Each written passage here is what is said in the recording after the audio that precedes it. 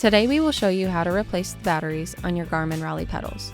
You can complete this process with your Rally pedals on or off of your bike.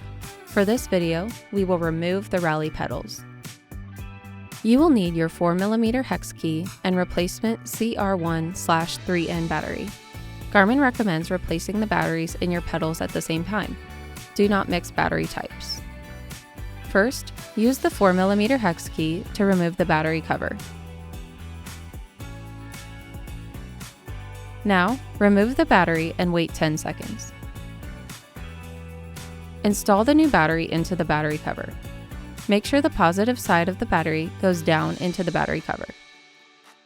Now, place the battery cover back into the pedal, making sure not to damage or lose the O-ring gasket.